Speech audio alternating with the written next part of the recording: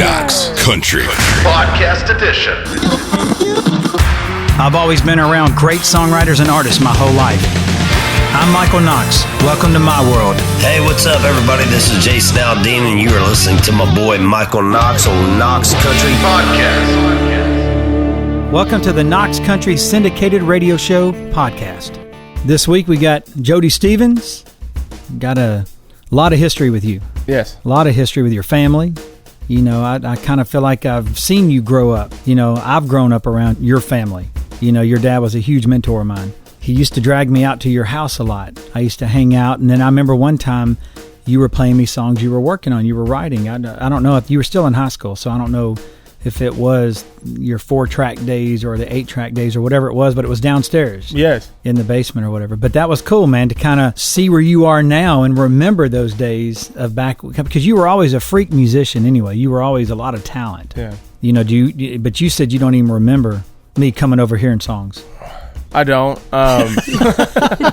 You made a real impact in his life. I'm sure. Well, we had some fun, you know, back then. But, do you remember those early days of me working with your dad? Because you used to come around the office a lot and and kind of hang out with him. He was you were a lot like him in career situation. Yeah. I remember if there was a day off of school or something, you know, my dad would, you know, take me with him places wherever he was going. You know, I remember the little Warner Chapel office across from where Warner Brothers is now. Yeah, did you ever come to the fight nights and any of those things I used to have there at Warner Chapel?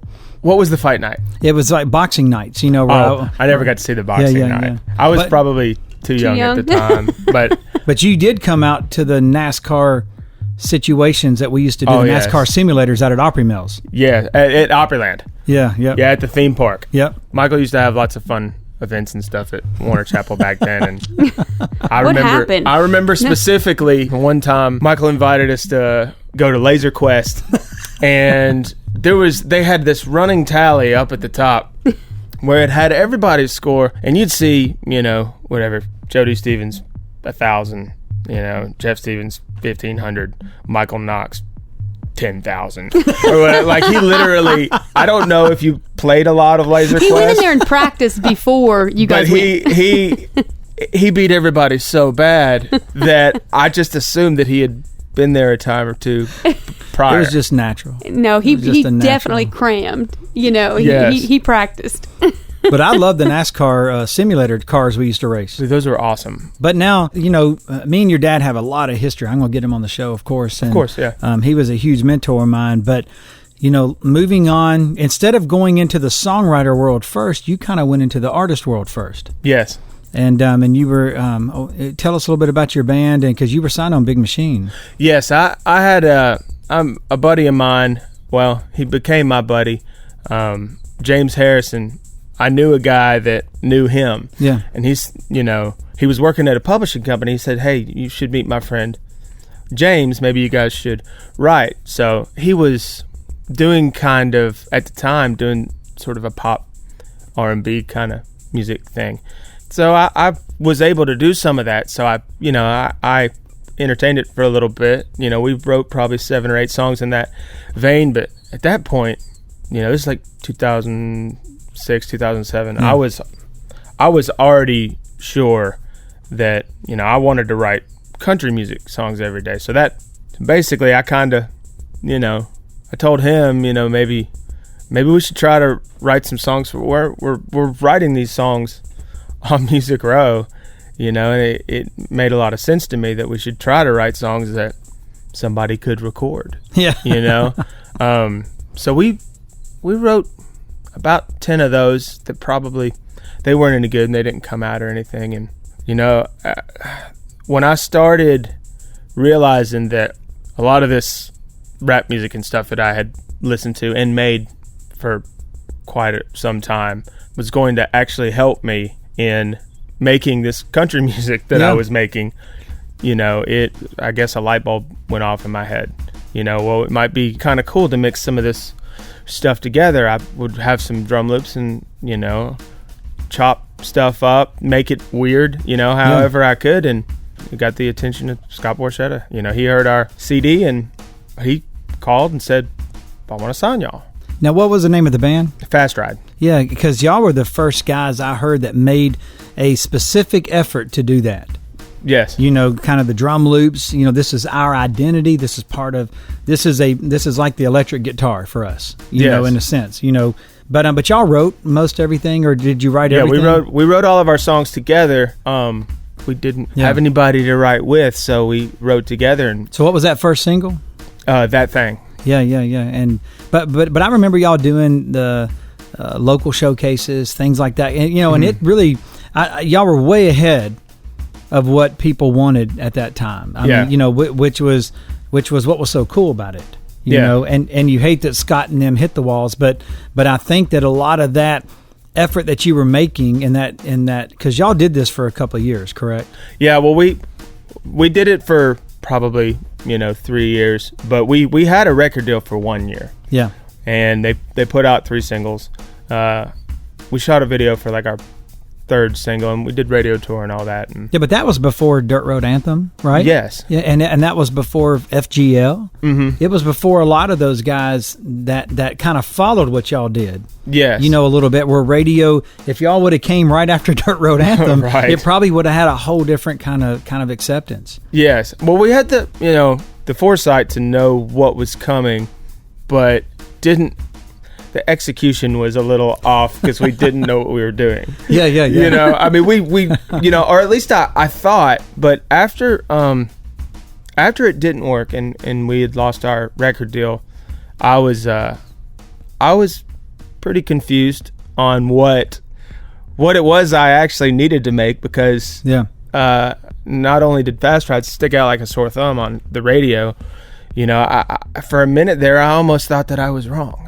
Yeah. And I thought, well, maybe that's too far. Maybe I need to dial it back. And then, with Luke and FGL and all that stuff, the sounds that I was hearing in my head and what I thought would make for cool country records actually happened. Yeah, came into play. So after you left there as an artist, you started writing a lot. But how did the Cole Swindell thing come about? It was around the time Luke Bryan was on Tailgates and Tan Lines, his 3rd album. And your dad was producing My dad was producing that, yes. I had been asked by Luke to do some, programming, add cool sounds, just something to make what they were doing different. Yeah. And while we were doing that, Michael Carter, who produces Cole Swindell, had asked me if I would work on some of their demos that they were making, because I didn't know, but they were trying to get Cole a record deal. Yeah. So I would make, either full demos for Michael and Cole. At some point, I ended up doing it for quite a few songwriters in town because they thought it made their demos stand out. Yeah. To have me add stuff. Sometimes they just send me like a guitar vocal or work tape or something like that. I would make something around it, and that would be the demo for their song, which was sort of different than going into a studio with a whole band full and band. Doing that. So, but you came out of there with Cole's first single. Yes, I produced Cole's first single. So, and what was that? Chillin' It. So what happened was they had me do a bunch of demos, and when the Chillin' It demo happened, Cole got very excited about the song, and immediately it started showing that it had legs on iTunes and Spotify and all that stuff. Yeah. And because they put that out before they put it. Oh yeah. So they put it out and they put it on the highway, and the highway just started spinning the fire out of it. And then I'd say about 6 months after that, Cole signed a record deal. Yeah, there was also a song that I wrote, "Let Me See a Girl," that I actually wrote in 2012 with Cole before he had the deal.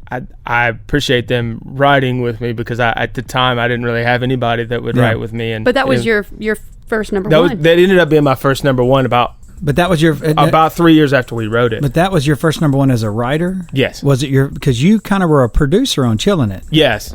Yes. So did that go number one? Chillin' Yes. It? Yeah, because that's got to be a cool rebound right there, because all of a sudden you got this, hey man, I'm helping out.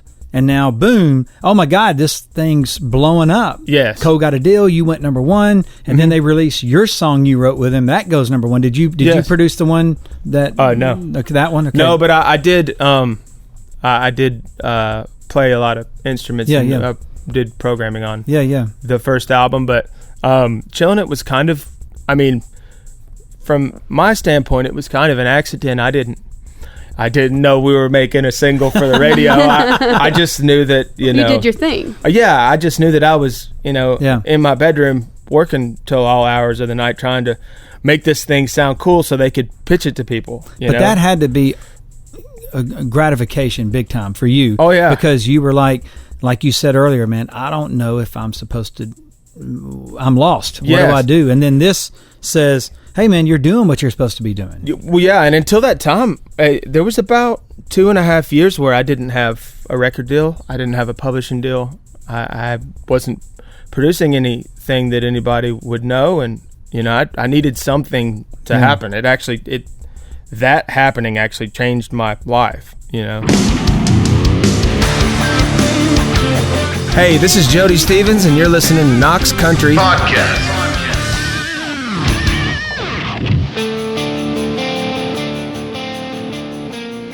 So now you got Cole's number one as a producer, Cole's number one as a songwriter, and so when did Dad come into play and start really overusing you on Luke, where it kind of landed into you being maybe a co-producer with Luke? Well, I think Luke asked me to become I believe Chillin' had a lot to do with that, because my role prior to that was to help. To add stuff. I would engineer stuff. I'm not a great engineer, but I would, help out on the records. And when Chillin' It went number one, I think that caused Luke to look at me a little bit differently. Yeah. Like, well, isn't it funny how that happens? Well, yes. Well, I think he was just like, well, he's a producer now, I guess. I guess I guess we ought to bring him on. So. I did, before the first actual album of his that I produced, I did some of the Spring Break EPs, some of the songs on the Spring Break EPs. And so the first of the Luke albums that I actually got credit on as a producer was the Spring Break Checking Out album, which, actually sold good, and the label, released it. And it was an album, but it wasn't like an official, there's radio singles on this. But that was a great place for you to get your feet wet, too. Absolutely. To understand, because those things were done to really promote that smaller tour that he does. Yes. And then you move into the Big Boy album, the one that Luke really puts the time in, yes. For the year album, you know. And so what, now you were a co-writer on a Luke number one, too. Yes. Was that on a later record, or was that on one of the first ones? That was on the first, that was on Kill the Lights. So that's awesome. Yes. Thank you. Not only did you walk in and get to co-produce with your dad, which had to be one of the first father-son co-productions, co-producing teams in town, at least that I've heard of. Yes. I can't name another father-son, team that produces. So that had to have been awesome for you and Jeff to be, you and your dad to be sitting around waiting to move each other's plaques out of the way. It was exciting. And I know your dad. I guarantee you, he was a proud papa. Yes. But in that situation, if we are working in the studio or whatever, we don't act like father and son. We act like guy that does this, guy that does that. Yeah. You know what I mean? Oh yeah. And that song specifically, Home Alone Tonight, which we called Home Alone Forever, which for some reason we thought it sounded like a movie title or something. It was. It ended up being called Home Alone Tonight, and that song was on hold for about a year before the album was cut. And it actually, that song is actually interesting because that song wasn't tracked in the studio with a live band. It was basically sort of like Chillin' It was kind of just done at the office with just me playing stuff from a demo, and then we hired a couple studio musicians, one to play bass and one to just to kind of come in and do overdubs on it to make it move a little bit more. Because sometimes when you have to do everything yourself, with my I have some playing ability, but it's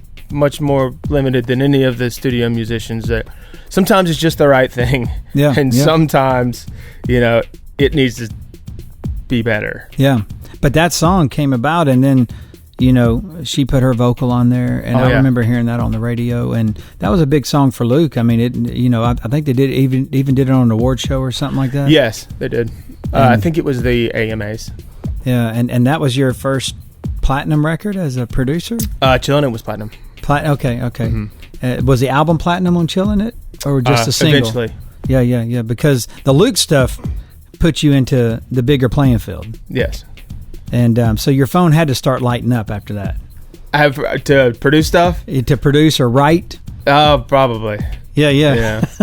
I'm trying to remember. I know that. I think my rights started getting better for sure. Yeah. Knox Country Podcast Edition. Some of you know me as a record producer for acts like Jason Aldean and Thomas Rhett. Others know me as the son of rock and roll legend Buddy Knox, Party Doll fame back in 1957. I'm Michael Knox. Welcome to my world. You're listening to Knox Country Podcast. Hey, this is Keith Urban. What's up, y'all? It's your boys here, Florida Georgia Line. Hey, this is Little Big Town. And you're listening to Knox Country. You've entered Knox Country. Welcome back to the Knox Country Podcast. Now, after you do Kill the Lights, yes, you do What Makes You Country? Yes. So was that process a little bit different? Were you kind of sort of more into your groove with you and your dad, or was it still sort of like new, or did you have some more confidence from I would definitely. I mean, before Chillin' It, I'm not sure I really had any confidence in anything. I think I was just, I think everybody just thought I was the guy that made weird tracks, but they were very similar album wise. Maybe on Kill the Lights, I tried to add a little bit more stuff because I was, trying to prove myself useful. Yeah. But I mean, you were part of big songs. Yes. I mean, pretty like Hunting, Fishing, Living Every Day.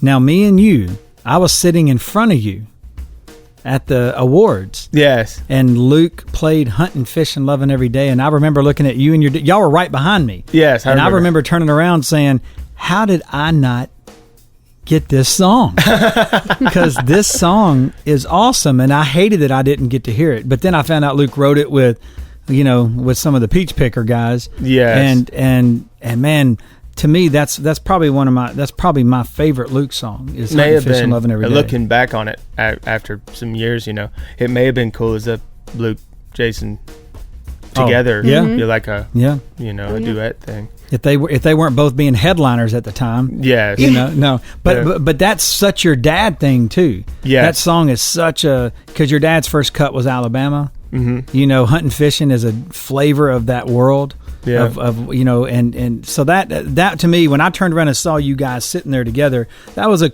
proud moment for me too, because I knew how much your dad cared about you and wanted you in the business. Yes. And that was awesome, because I felt like I was a part of that just because your dad was in my life. Yes. A lot for 10 years too. And that was cool, man. That was a big moment. Yes. And to be a part of the song Most People Are Good. Yes. I mean, that's become a very special song to a lot of people. That's an incredible song. Did you guys know when you were producing it that this was going to be a monster song? I feel like my dad did. On songs and all that stuff, he's pretty on it. He's pretty on it as far as the Luke songs go. He knew that we needed to cut that song. That was his favorite song from the album. Now, what about Drink a Beer? That was an awesome song too. Yeah. That's probably my favorite Luke song. Actually, a side note, Chris Stapleton sings backgrounds on Drink a Beer, and he was one of the writers on the song, and you hear him in one little spot towards the end of it. Oh yeah. If you're paying attention, you hear a little Chris Stapleton in there. Oh yeah, I definitely hear it. And he's not difficult to record either. Yes. He just kind of goes in there and knocks it out. Yes. He's an amazing singer. Yeah, no, that's a Drink a Beer, Most People Are Good. Those are just songs that just resonate with people. Yes. And they really get close to those songs and really feel them. Well, I know you don't want to talk about this, but that's a close song to you anyway. That was your brother's favorite song. Yeah, that was my brother's favorite And song. he passed away? He passed away. Oh, I'm sorry. Oh, no, thank you. And then I know with Luke, with everything that has happened in his life, Yes. so it was just something at that moment that was really, really special. Yes, and the song was on hold for somebody, and they had to wait not to record it to make sure that we could record it. Well, that's the life story of Nashville. Yes. Sometimes. And, that song is Luke. Luke needed that song. Yeah. You know, Yeah. And he always, it seems to me that he always finds the right time in his career to choose to release those type of songs. Mm-hmm. And a lot of times it'll be after one that's, Yeah. sort of a rock and roll song, and then he'll put out something like that, But it does show how deep he is. Yes. How he can go from the hunt and fish and living every day, the party songs to things like that, like Drink a Beer, and then to turn around and Sunrise, Sunburn, Sunset, Yes. which is your latest number one. To do that, and he really identifies, I think, with his core audience. Yes. And I think they really get that and appreciate, and that's really him. So kudos to y'all for being able to, capture that. Yes. Keep it real. Now, as a songwriter, you have other hits. Yes. I Was Jack, You Were Diane, Jake Owen. Yes. Kind of, were you writing something maybe for Luke to hear, and that just kind of came about another way, or? That song, I've had that idea for that song since the Fast Ride days. Yeah. I've always had sort of a John Mellencamp loop of Jack and Diane that when the right song were to be written to it at the right time in the right situation, I always believed was going to work. It just took a considerable amount of time to figure all this out. Who did you write that with? I wrote it with Tommy Cecil, David Ray, Craig Wiseman, and of course John Mellencamp. But our track for it was actually has that actually playing on the record. It's been replayed by musicians, by studio musicians. But the original one was or not the original one, but our demo sounded like Mellencamp in the background, and I hope I get to meet John Mellencamp. I think that would be extremely cool if he showed up, at a or maybe if Jake did it at at an award show or something with John Mellencamp. That would be really cool. Have you already had the number one party? No, not yet. Watch out, he's a writer on it. Hey, if they could get him to come, I just want a picture with him. John, you here? Yeah. But that's awesome, dude. I mean, and then I got to cut one of your songs too, called "Set It Off." Yes. On Jason's current record. Yes. And that was you and Brandon Kinney and Josh Thompson. Mm-hmm. And to me, man, that was one of the first songs we cut. Period, to set the bar for the record. Yes. Saying, hey, man, this is the attitude for the record. Yeah. And I love that song. I mean, we tried to dirty it up a lot more. I mean, the demo was awesome. Yeah. And it's awesome to try to beat a great demo. Yeah. So all I did was just dirty it up as much as we could. Yes. Well, it sounds fantastic, and I appreciate you guys liking it and cutting it. And when I heard it on the record, I got pretty excited when the album came out, and I'm texting Knox saying, hey, thank you for cutting my song. And when that happened, we were in Las Vegas, and I had texted you, and you were somewhere at one of the tables with some of the guys that you produce and some of your writers. And at home, I had already pre-ordered the vinyl, so I had a vinyl waiting on me when I got home, because I'd like to collect at least if the artist puts out a vinyl of the song that I have a cut on, or something that I produced that there is a vinyl available, I try to get it. I'm so glad they're doing that. Yes, I am too. I've actually went back and collected most of my favorite records on vinyl that are affordable. Because sometimes when something's really rare, they, people want a lot for it used. But but the new ones are clean. I know it, and they're done the same way. I know it. I went through all the trouble of buying a device to wash the old ones to clean them off, and they still don't. It still doesn't do great. I mean, there's still a little crackle there, but it improves the the sound.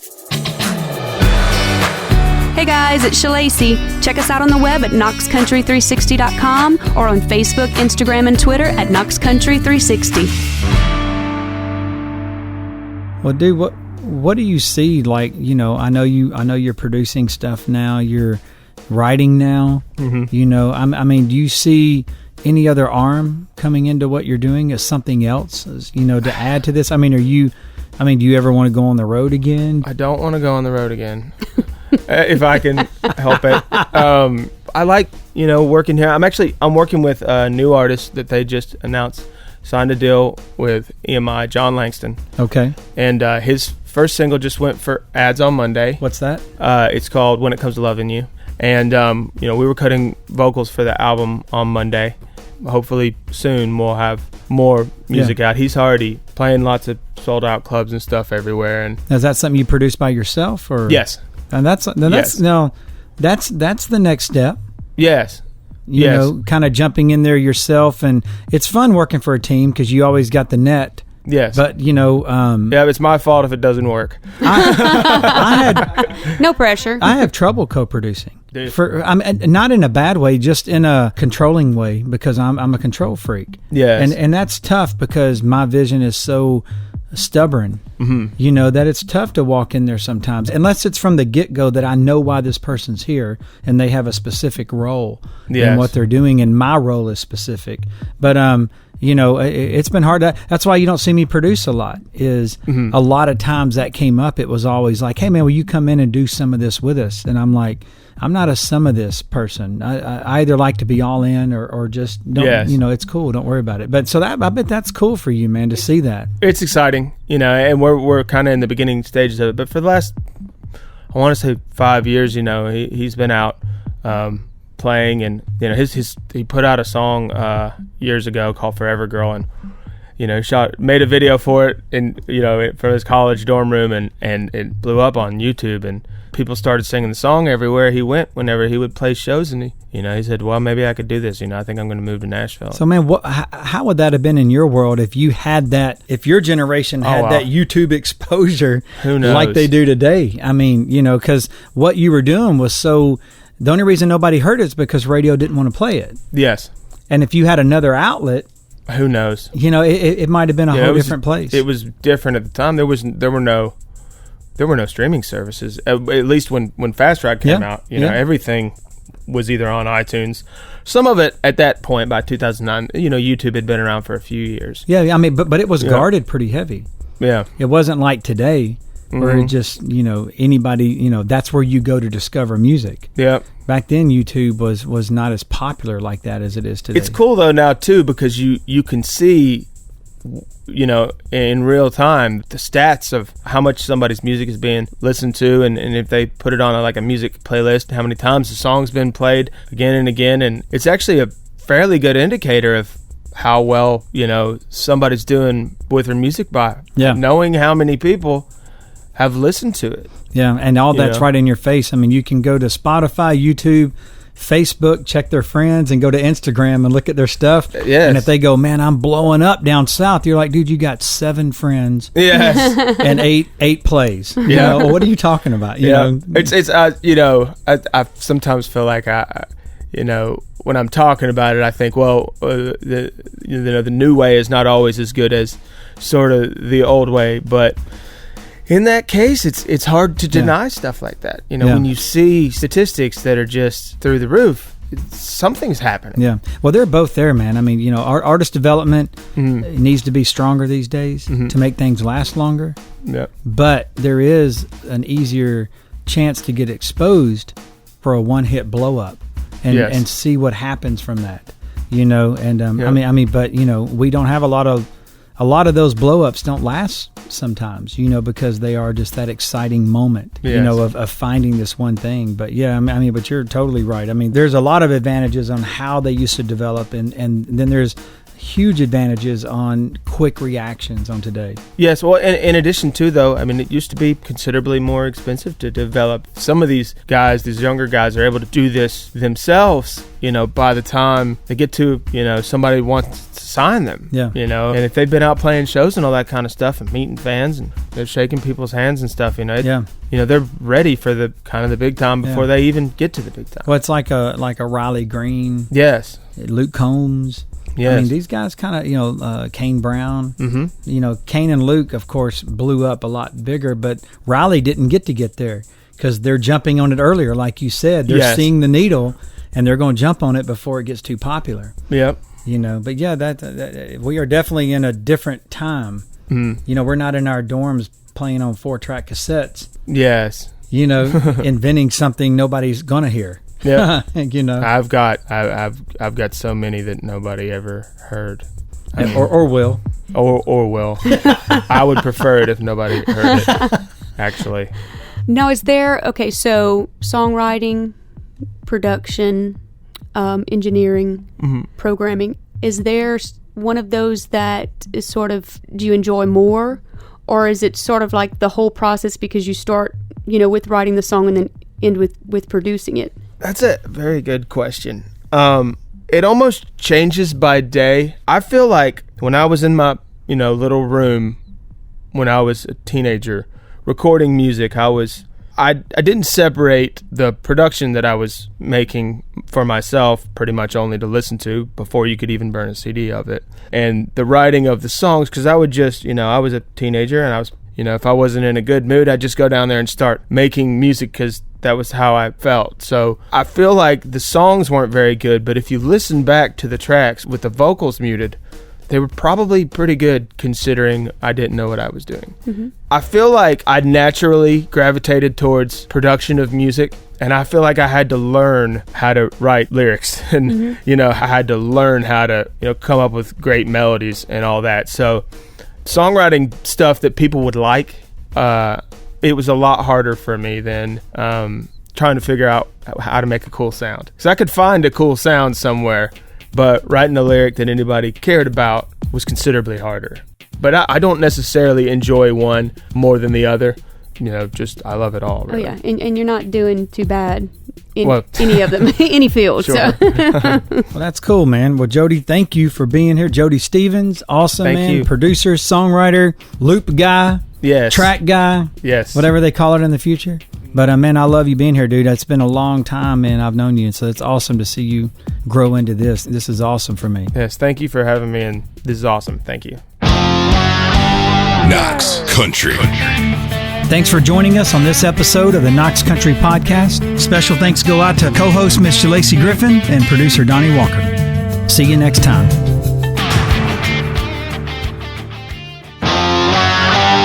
You've entered Knox Country Outtakes. So is Jeff mad that I asked you first? I don't think so. I actually told him, though. I said I'm going to go do a interview with Michael Knox. I said, I figure you're next.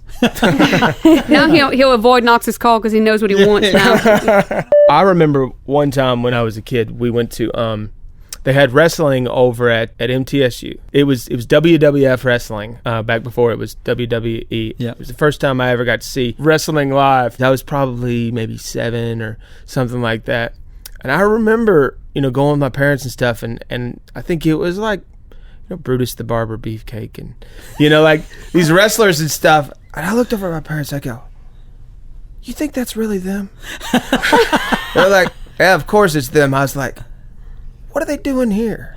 They got to be on the television. I know. I remember listening to local radio, and it was like, this is Reba McEntire, and you're listening to and you're like, whoa, Reba was here, not knowing that, it's like you just call them in, Speaking of liners, we did the fast ride liners for the airport in 2009. They're still there. They still play them at the airport. So if you walk through the airport, if you walk through the airport, you may hear, "This is James Harrison from Fast Ride. Please make sure to keep your pets in their cages." It's still That's there. awesome. Knox Country Podcast Edition.